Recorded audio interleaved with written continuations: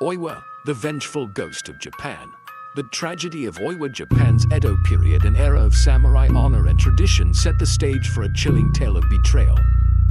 In the shadows of old Edo, now Tokyo, there lived a young woman named Oiwa.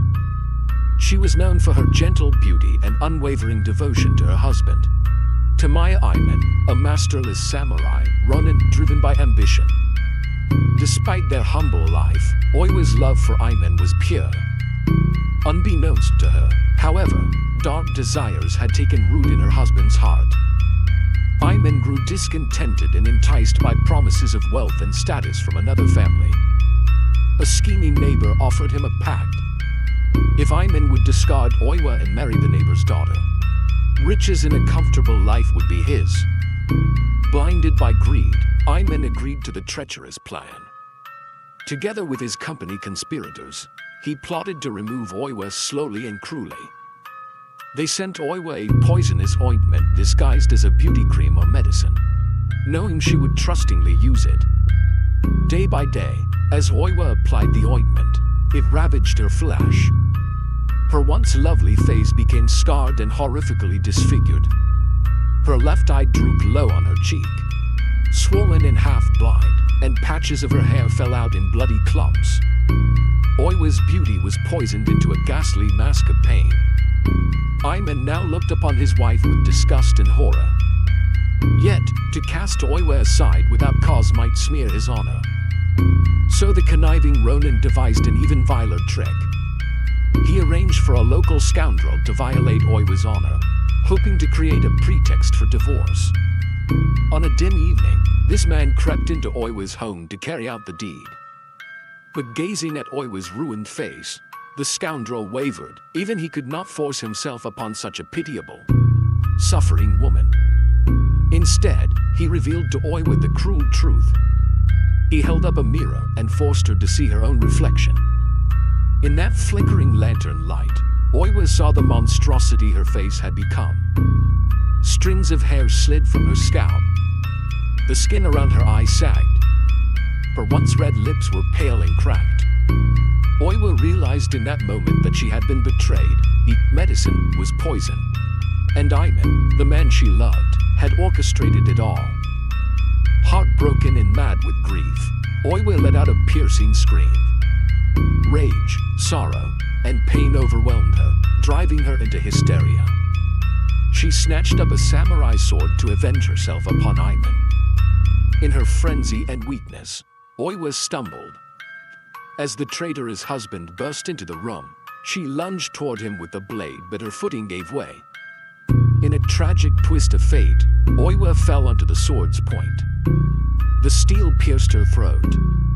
Oiwa collapsed to the floor, blood pooling around her, the light fading from her eyes. With her dying breath, she fixed a hate-filled gaze upon Iman and cursed his name. Her last words hissed through gurgling blood were a promise of vengeance. In that dark, silent moment, Oiwa's gentle soul died in unimaginable anguish and a vengeful spirit was born. Death was not the end for Oiwa. Bound by rage and injustice, her spirit could not rest. Oiwa returned as an Onryo, a vengeful ghost filled with the singular purpose of punishing those who wronged her. Not 5-1 long after Oiwa's gruesome death, Iman proceeded with his wedding to the young wealthy woman who had enticed him. But on the night of the wedding, as the new bride awaited her husband's embrace, Oiwa struck. Iman lifted the bridal veil and staggered back in horror.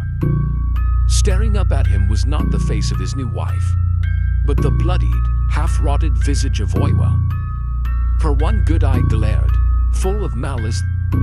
The sagging eye oozed venomous hatred. Iman screamed in terror and swung his sword, slicing downward to cleave the apparition's head. In an instant, the illusion lifted. The corpse at his feet was not Oiwa at all, but his innocent new bride, brutally slain by his own hand. Oiwa's laughter echoed in the air as Iman realized the depth of her revenge. In the chaos that followed, the bride's father rushed into the room. Driven insane with fear, Iman saw Oiwa's face in the old man as well and lashed out in a frenzy, cutting him down. By the time the night was over, Oiwa's curse had claimed 2 more lives. Haunted and shamed, Aiman fled into the night. But no matter how far he ran, Oiwa's ghost pursued him relentlessly.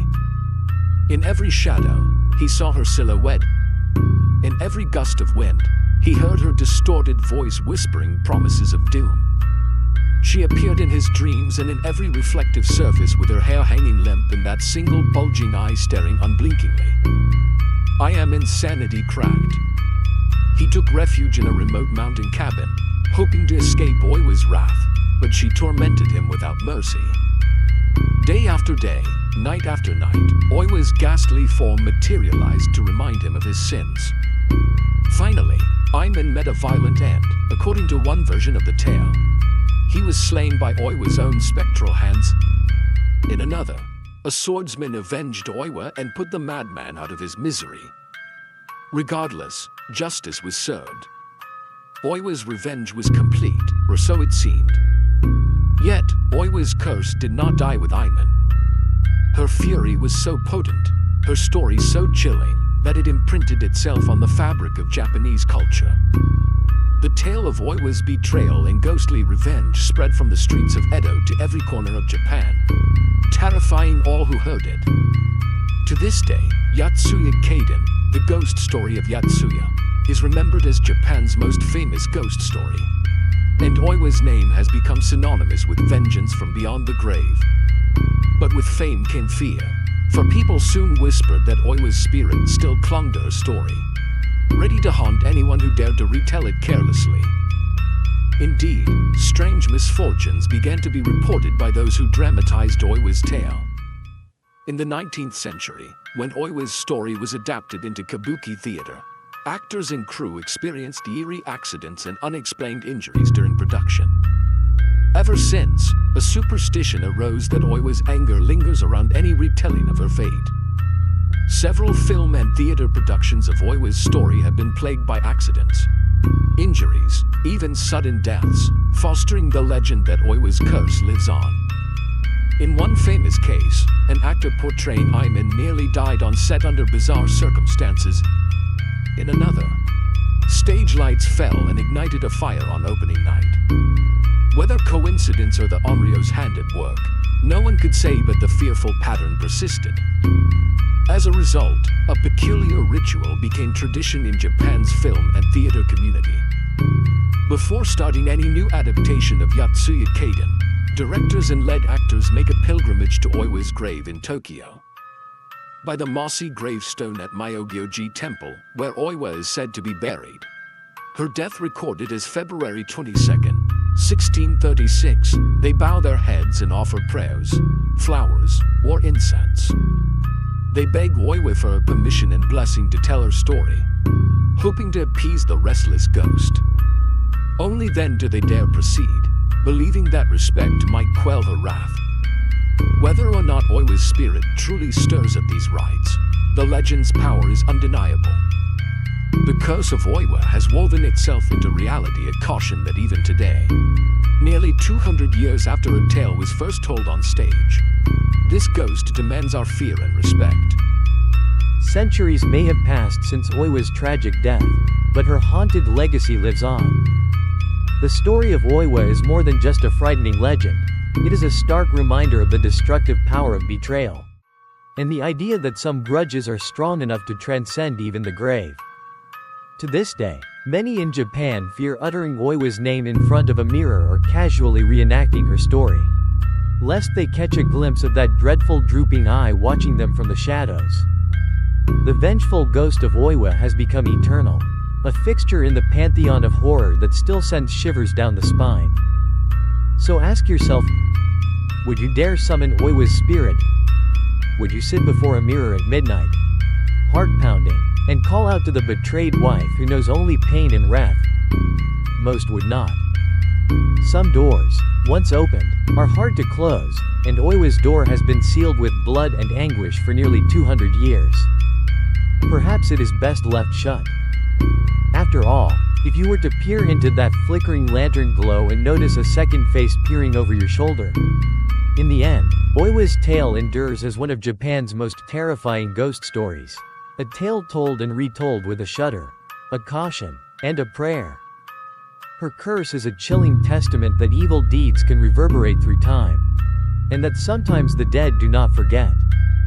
As you leave this story behind and blow out your own candle, take a moment to be thankful that it was only a story, and if, by chance, you hear a soft, raspy whisper in the dark or see a strand of black hair drift to the floor, remember Oiwa, and be careful whom you betray.